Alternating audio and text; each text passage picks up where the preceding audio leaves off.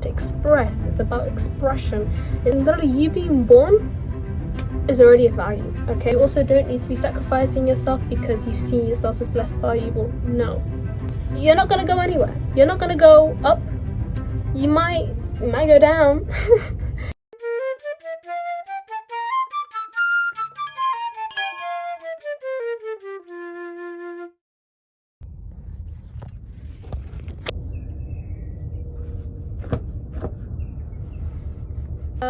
You'll come across self-love. People will tell you self-love, self-love, self-love. And frankly, I had no clue what self-love was. I sat there and I was like, what do you mean by self-love? Love is expressed outwardly. How do I love me? I don't even know what these components look like. So it was really overwhelming. And to be honest, I kind of gave up. So I decided to instead look at self-esteem. I did read Pillars of Self-Esteem and by Nathan Brandon. It was really something that helped me establish what self-love was. Self-esteem is not self-love, but it contributes to self-love, and it's like a cycle. The more you love yourself, the higher your self-esteem will be, and your self-esteem contributes towards your self-love, right? And Nathan Brandon named these pillars: living consciously, self-acceptance, self-responsibility, self-assertiveness, living purposefully, and I've said self-acceptance, but there's 6. So all of these really help, but I still don't understand what self-esteem was. I was like, I don't understand, like, okay, yeah, I've built all of these up. Every day I'm living consciously, I understand what I'm doing, I'm making choice decisions, but I still understand. I don't understand self-love. So I was like, okay, I'll just give up for now.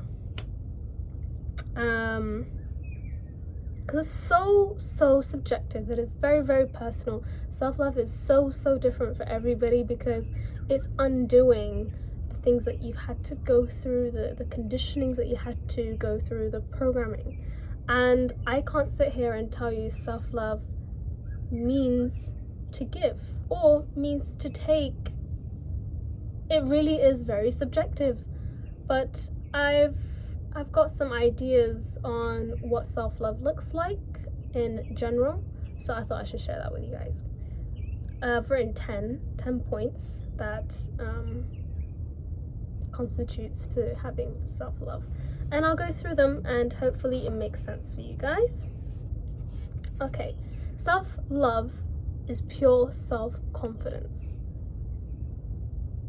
I think if you have a good idea of self-love, you'd understand this one quite a bit.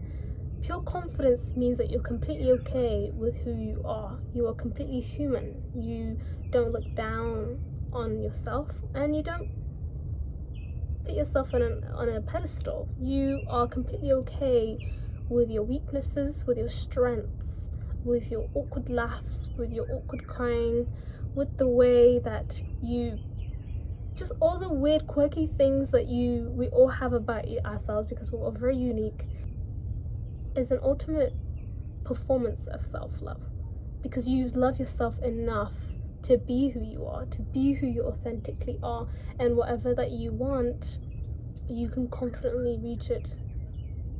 The second point, self-respect. And so it's very internal actually. So self-respect basically just means, how do you carry yourself? How do you talk about yourself? How do you talk about yourself to others? What's your thought process like? So if you have some self-love within you, you'd respect yourself.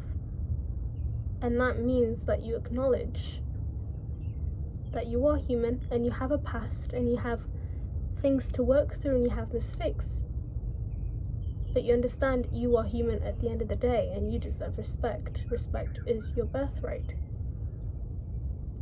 The third one, self-assurance. This is linked to confidence. In the spiritual sphere, we think of ourselves as related to God, right? So self-assurance would mean that you are sure in God and you are sure in the universe. And because the universe and God are one, and we are a part of that, self-love would then contribute to how you feel assured within yourself. Do you trust yourself? Can you trust yourself? That one's a very important one because it really helps you also navigate self-love, because you can trust yourself. And even if you haven't had the opportunities to trust yourself much, self-assurance, just knowing that you are one with God and one with the universe, one with nature, one with everything, there's going to be space left to love you and appreciate you and trust in you. The fourth one, self-assertiveness. So with assertiveness, I don't think a lot of us really know what assertiveness is. And assertiveness really lies down to expression of self. So it's not about you telling someone what to do. It is not about being a boss and stuff like that. It's about knowing that you have a soul and you have a unique experience, and you are on earth for a reason and a purpose. Even if you don't believe in a reason and a purpose, you are still very unique genetically, and you have the right to be on this earth as of now. So that would mean, if you want to, whatever your unique strengths are, whatever you enjoy, whatever that it is, links to self-confidence, but it's holding your space on this planet. It's saying, okay, I might be different, but I'm still holding my space on this planet. Yeah, I might like really quirky things, I might like very normal things, and I'm okay with that. And I really want to assert myself. I want to paint, therefore I want everybody to see it. I want to express. It's about expression. It's very outwards. You hold a space on this planet, and you need to express whatever that it is that you are on that space. And this just really links into your purpose as well, because if you are okay with self-assertiveness, you'd be okay with the talents that you have, even if you think they're small, which they never are. You need to be assertive with those talents, with whatever expression. If you want colourful hair, take it. If you don't want colourful hair, express yourself in the most authentic way without considering other people's opinion, because they are expressing themselves in the way that they want to express themselves. So you should want to express yourself and be assertive. Self-motivation is kind of hard, especially if you don't love yourself, because you're not used to doing things for yourself. So one simple way you can increase your self-motivation is just to plan your day. It's to plan how you're going to be assertive. It's of course not obsessively planned, but set an alarm so you can wake up and have time to self-express, time to be self-assertive, time to be confident, time to have self-assurance, time to trust and be who you are. And if you can keep up with a sleep hygiene and a diet, this is a very good start. This is showing your body that, yeah, I have value. I want to also put time into this value. I want to make sure that there's time to showcase this value. Very, very important, because it gives you time, because if you can delegate your day and of course keep up with your diet and all the healthy things that you need for you, that's a good start. Honestly, you should probably start with self-motivation, and you will see how by just having some sort of daily plan, you'll be able to also contribute to the other aspects of self-love. Self-value is that, what I've got written here is that we're not here to please others. We're not here on this planet. You're not here on this planet to do as somebody else says. You have value. Nobody else is on a pedestal, in my opinion. If I could rewrite the 10 Commandments, I would make sure that people don't put, instead of idols on a pedestal, like religious things on a pedestal, they shouldn't put other people on a pedestal. Nobody should be put on a pedestal. Because this is self-love, this is all about self-love, the important thing to realize here is everybody has value. Self-value means that you have value, therefore you also get to be on the pedestal. Everybody has value, so everybody is on the same playing field. This is the beauty with self-love. Once you realize your value, by value I just mean literally you being born is already a value, okay? You being here, you being given the opportunity to be on earth is already a value. So you don't need to prove your value to anybody. You can self-express, but you don't need to prove. And you also don't need to be sacrificing yourself because you've seen yourself as less valuable. No. Some people might have managed to get to the point where they self-express so well and you admire them, but they don't get to be on a pedestal because you still have that same value within you, deep down. If you can get it out and see your value, you'll realize that everybody is on the same playing field. And that also helps you. The more you self-love, the more you love yourself, which is a paradox. It's really funny. The more you love yourself, the more you understand others. The more you love yourself, the more you see others just as humans. And the more you see through bullshit. It's great. Self-giving. Just give your needs. Make sure your needs are met. Make sure that you give you the needs. For example, one of my needs is stability. Yeah, I'm traveling right now, but I'm doing it in a stable way. So some people travel like daily, not even daily, but like every 3 days. For me, because one of my needs is stability, I stay in a country for as long as I can and then leave. So that's one of my needs, and I can still do it while traveling. But 8, self-affirming. Affirmation. Self-affirmation is one of my favorite ones because it's very powerful. It's very little, but it's very powerful. If you can find yourself in a difficult situation and for a while you'd be quite negative, oh, I can't do this, blah blah blah, and you feel yourself getting worse. But as soon as you change to a self-affirming sentence, or actually, don't worry, like, I'm here, I am me and I'm here for you, it makes a big difference. And that is self-love. Is that self-love is a giving to the self, and the self acknowledges it. So when you're feeling down, if the part of you can be that support system and affirm, no, you're doing fine, you're gorgeous.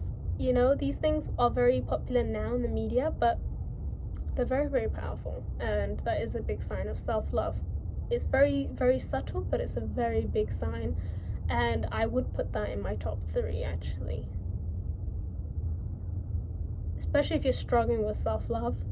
You won't believe it for a while, but yeah, self-affirmations are very good.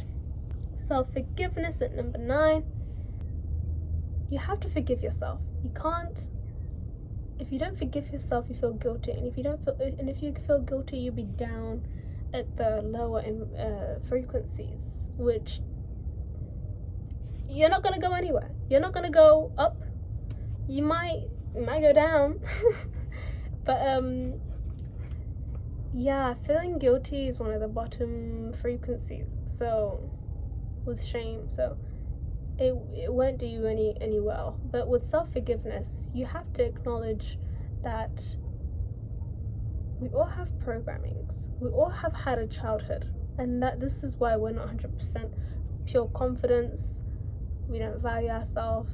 We're not assertive because there was something that happened, and maybe even still happening, that gets in that way. So you have to understand that as you have lived on, you've tried your best. Understand that you've tried your best, and nobody else, if they were in your position, nobody else would have done better. So you have to forgive yourself. You have to understand that these things happened, and what can I do to move on from these things? And forgive myself. Forgiving yourself can be a bit of a process, because half the time we don't really understand what we need to forgive. But this will come out the more you try, the more that you practice self-love. It just naturally will come up. Okay, the last one, self-investing.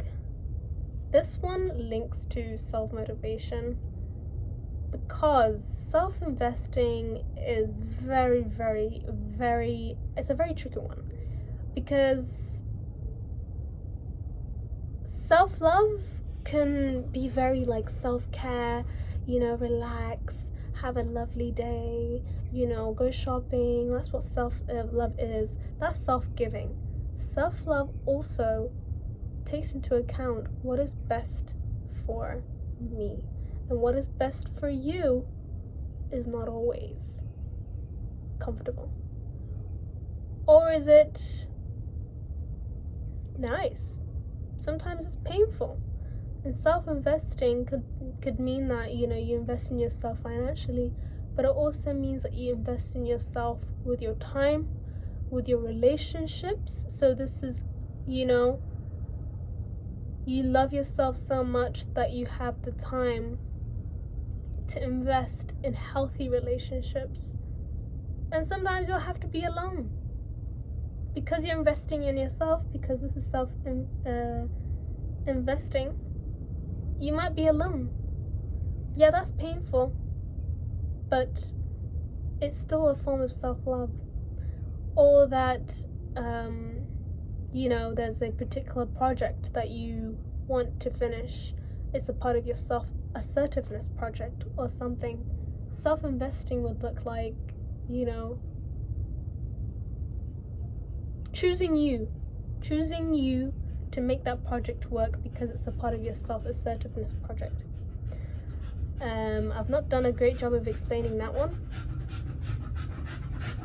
Hi. There's a dog. I was wondering where that was coming from. I thought it was a bird. There was like literally birds chasing me earlier. Not chasing me, but they were really scary. Anyway, yeah, I haven't done a great job of explaining that one, but I'll get into it in a different video.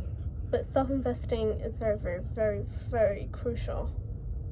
Self-investing could also look like, you're investing money into a trip to take you somewhere else so you can have a better mindset. Or it can look like you're investing it into medicine. Yeah. But overall, I hope those 10 points are clear. If not, I will redo it. One main thing that I want you to take away from self-love is realizing your power as a human being on this planet. I'm sure you guys have come across the mind-altering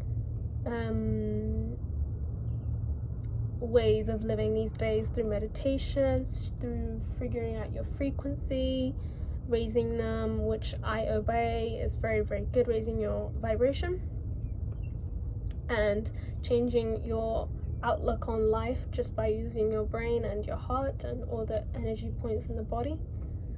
But self-love really comes down to realizing that you are a part of the universe, and just as amazing the universe is, so are you, and you have that same power. Your main role for self-love is to unprogram yourself, really, so you can get to these 10 points. It's beautiful. It's a very beautiful thing to do for yourself. And once you get there, the easier self-love becomes, the clearer self-love becomes. This might be very, very long, but just like all good things, they'll take a long time, and they will be hard. But as a takeaway, you can start by forgiving yourself more, by self-affirming. Nothing wrong with feeling shitty sometimes.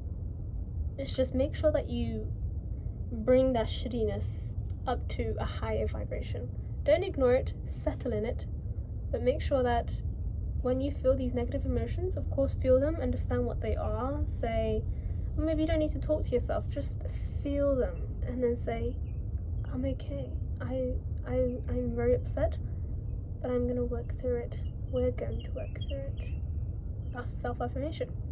And then you start by, you know, having self-motivation, which is, you know, having a diet, a sleep hygiene, little things like that. And then you can go further by self-assuring yourself, and so on and so on. Very beautiful. Very, very beautiful. Self-love grows your roots. So whatever it takes to grow your roots, guys, from now on, if we can all love each other, love ourselves, you'd be surprised how many things go wrong in relationships just because you might not love yourself. As soon as you love yourself, you don't judge others. Because how can you judge them? We're all the same people. We're all the same. We're all human. But yeah, I'll get into all of that after. It's been lovely sharing this. I've written it down for a while and I haven't had the time to express it on my channel. So yeah, I will get going now. Have a lovely day. If anything made sense, let me know what you think in the comments below. Subscribe if you want to see more, and you guys can tell me what you guys need help with. Yeah, au revoir, ciao, and auf Wiedersehen.